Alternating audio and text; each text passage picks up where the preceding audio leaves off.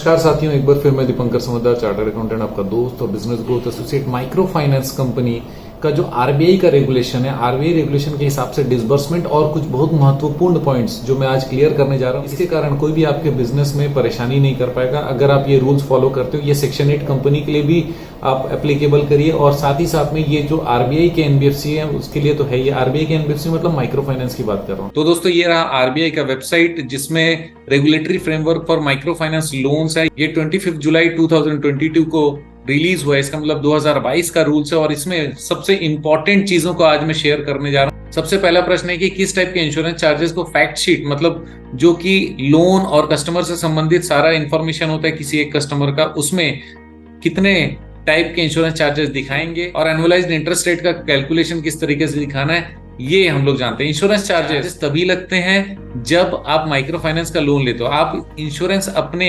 Customer को वैसे ही नहीं सेल कर सकते हो। अगर आप उनसे सामने वाले को लोन दे रहे हो तो लोन को कवर करने के लिए या उसके डबल अमाउंट को कवर करने के लिए या लोन लेने के कारण ही इंश्योरेंस आप ले सकते हो। और वो जो इंश्योरेंस लोगे वो इंश्योरेंस का डिटेल आपको फैक्ट शीट में शो करना पड़ेगा। और आपका जो इंटरेस्ट चार्जिंग है वो इंटरेस्ट और इंस्टॉलमेंट को अलग से दिखाना पड़ेगा। इंश्योरेंस वाले को ओवरऑल इंस्टॉलमेंट में या इंटरेस्ट में इंक्लूड मत कर दीजिएगा, ये ध्यान रखिएगा। अगला है question number 10, is the practice of calling A borrower before 9 AM and after 6 PM। देखिए, आरबीआई कहता है कि जब भी कोई ओवर ड्यू लोन रहता है तो 9 बजे से 6 बजे, सुबह 9 बजे से शाम को 6 बजे के बीच ही उससे बात करना है, उसके अलावा बात नहीं करना है। तो ये 10वां प्रश्न ये कहता है कि अगर हम लोग डिसबर्समेंट के बाद जब कलेक्शन करने जाएं और ओवर ड्यू हो जाए, क्या केवल तभी 9 से 6 का ये टाइम एप्लीकेबल होगा या फिर जब नॉर्मल कलेक्शन है जो कि टाइम पीरियड के अंदर है, ओवरड्यू नहीं हुआ, तब भी एप्लीकेबल होगा। तो यहाँ पर क्लियरली लिखा हुआ है, this clause is applicable only for recovery from borrowers having overdue loans. इसका मतलब ये जो टाइमिंग का रेस्ट्रिक्शन है, केवल ओवरड्यू, जो समय बीत चुका है, नहीं दे रहा है, हमको परेशानी हो रही है, मतलब एज ए कंपनी, केवल उनके लिए ये वाला टाइमिंग का रेस्ट्रिक्शन है। बाकी जब लोन ड्यू डेट के अंदर में तब ये कोई रिस्ट्रिक्शन नहीं है। इसके अलावा समय में भी अगर आप कलेक्शन करोगे तो कोई दिक्कत नहीं। तो अगला क्वेश्चन नंबर 11 है, is there any specific reason for including a dedicated mechanism for redressal of recovery related grievances when there is already customer grievance redressal mechanism. तो ये जरूरी नहीं कि आप normal customer grievance redressal mechanism अलग रखिए और डेडिकेटेड मैकेनिज्म अलग रखिए। अगर आपको लगता है कि उतना इशू आता नहीं है तो फिर आप सिंगल मैकेनिज्म से काम करिए। अगर इशू आता है तो फिर आप दोनों को अलग कर सकते हैं ताकि जो प्रॉब्लम्स है उसको जल्दी से हैंडल किया जाए। क्योंकि अगर कोई इशू है, किसी के साथ में विवाद हो रहा है, उसको जल्दी हैंडल आपने नहीं किया तो हो सकता है कि कानूनी कार्यवाही, पुलिस केस, कोर्ट केस, ये सब का रूप ले ले। राइट। अगला क्वेश्चन नंबर 13 बहुत इंपॉर्टेंट इसलिए है क्योंकि ये प्रश्न ये कहता है कि ये रेगुलेटरी फ्रेमवर्क जो माइक्रो फाइनेंस का लोन का एप्लीकेबिलिटी केवल आरबीआई वाले लाइसेंस के कंपनीज पे एप्लीकेबल है या फिर दूसरे ट्रस्ट और सोसाइटीज के ऊपर में भी एप्लीकेबल है। अब इनका आंसर ये है कि रेगुलेटरी फ्रेमवर्क जो माइक्रो फाइनेंस का है ये आरबीआई वाले में तो एप्लीकेबल है ही है, लेकिन इसको बाकी लोग भी फॉलो कर सकते हैं क्योंकि ये कस्टमर सेंट्रिक डायरेक्शन है और आरबीआई का रूल अगर आप फॉलो करोगे तो कोई और आपको हाथ नहीं लगा सकता। नेक्स्ट क्वेश्चन है, what should a customer keep in mind while availing A microfinance loan. Micro finance loan लेते समय क्या क्या चीज दिमाग में रखना चाहिए। The customer should keep in mind among others the following. बहुत सारी जानकारी जो है वो तो रहेगी, उसके अलावा क्या क्या हम लोग को ध्यान रखना चाहिए एज ए कस्टमर। कई सारे माइक्रो फाइनेंस कंपनीज हैं जो कि डिपॉजिट भी लेते हैं, मार्जिन मनी भी लेते हैं, कोलेट्रल मतलब जबकि कोलेट्रल अलाउड नहीं रहता वो भी लेते हैं, प्राइमरी सिक्योरिटी भी लेते हैं जबकि यहाँ पर सिक्योरिटी भी जरूरी नहीं है, डिपॉजिट भी जरूरी नहीं है, मार्जिन भी जरूरी नहीं है, कोलेट्रल भी जरूरी नहीं है। ठीक है, तो ये जानकारी आपको होना चाहिए। दूसरा, lender is required to provide a loan card. हर व्यक्ति जो लोन ले रहा है उसको लोन कार्ड मिलना चाहिए जिसमें बोरोवर के बारे में जानकारी होना चाहिए, फैक्ट शीट, प्राइसिंग मतलब जो इंटरेस्ट, इंस्टॉलमेंट, ये सारे चीजों का डिटेल होना चाहिए और दूसरे टर्म्स एंड कंडीशन जो कि लोन से बंधे हुए हैं, कनेक्टेड है, वो होना चाहिए। और acknowledgement by lender for all repayment, जब जब वो पैसे देता जाए उसमें सिग्नेचर होता जाए ताकि ये प्रूफ हो कितना पैसा उसने दे दिया, कितना इंस्टॉलमेंट दे दिया, कितना इंस्टॉलमेंट बचा हुआ है। Next, details of grievances redressal system.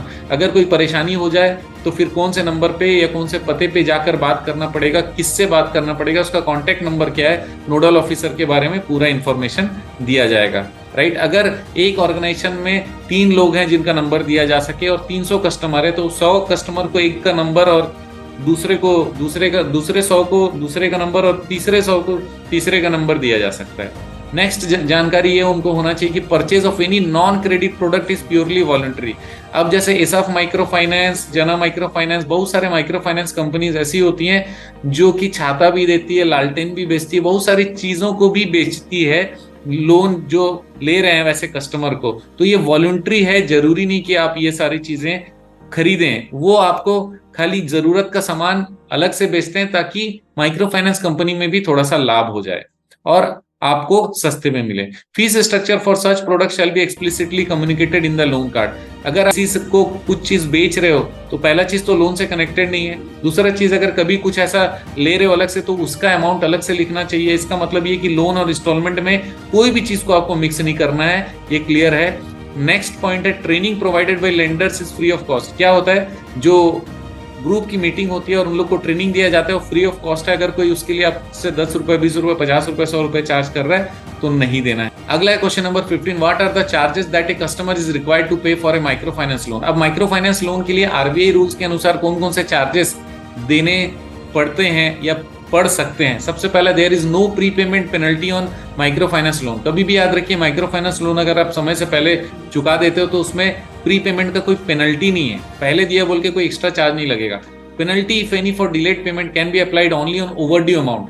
Penalty अगर कभी लगा तो जो पैसे आपने समय पर नहीं दिए उसके ऊपर लगेगा, न कि पूरे अमाउंट के ऊपर। फॉर एग्जांपल एक 20-30 हजार रुपए का समझिए आपका लोन है, आपने इंस्टॉलमेंट 2-2 हजार रुपए का है, आपने 2 इंस्टॉलमेंट ओवरड्यू कर दिया तो वो 4,000 रुपए के ऊपर पेनल्टी लगेगा, न कि 30,000 रुपए के ऊपर जो कि आपका लोन। नेक्स्ट पॉइंट है any change in interest rate. अगर कोई इंटरेस्ट रेट में चेंजेस आता है तो बोरोवर को राइटिंग में पहले से देना पड़ेगा और प्रोस्पेक्टिवली काम आएगा। पीछे वाले चीजों पे नया रेट नहीं लग सकता, आगे में ही नया रेट लगेगा क्योंकि आपने पहले से बताया नहीं था। अब इसके बाद लास्ट क्वेश्चन पे हम लोग आते हैं, how can a borrower find out the current interest rate being charge on the micro finance loan. Micro finance loan पे कितना ब्याज उसको लग रहा है उसको कैसे पता चलेगा। आरबीआई ने मैंडेटरी कर दिया है जो लेंडर्स हैं जो लोन देते हैं to display the minimum, maximum and average interest rate charge on microfinance loan. जो फैक्ट शीट है उसी के ऊपर लिख सकते हो मिनिमम, मैक्सिमम और जो रेट्स है, एवरेज रेट है वो कितना ले रहे हैं। ये ऑफिसेस में भी डालने हैं, अगर वेबसाइट है तो वेबसाइट में भी डाल सकते हो, बुकलेट्स में, पैम्पलेट्स में भी डाल सकते हो। ये सारे जगह पे डिस्प्ले आपको करना है ताकि आप जितना लिखते हो मिनिमम मैक्सिमम उसके बाहर नहीं पहुंचते हैं। दोस्तों ये डिसबर्समेंट के रूल्स बहुत ज्यादा इंपॉर्टेंट है। आप कमेंट करिएगा अगर किसी प्रकार का नया इंफॉर्मेशन आपको चाहिए। आप जानते हैं मेरा मिशन हमेशा आप लोगों की मदद करना और समय पर सारी जानकारी देना, तो बने रहेगा मेरे साथ। आपका दिन जबरदस्त हो, शुभ हो।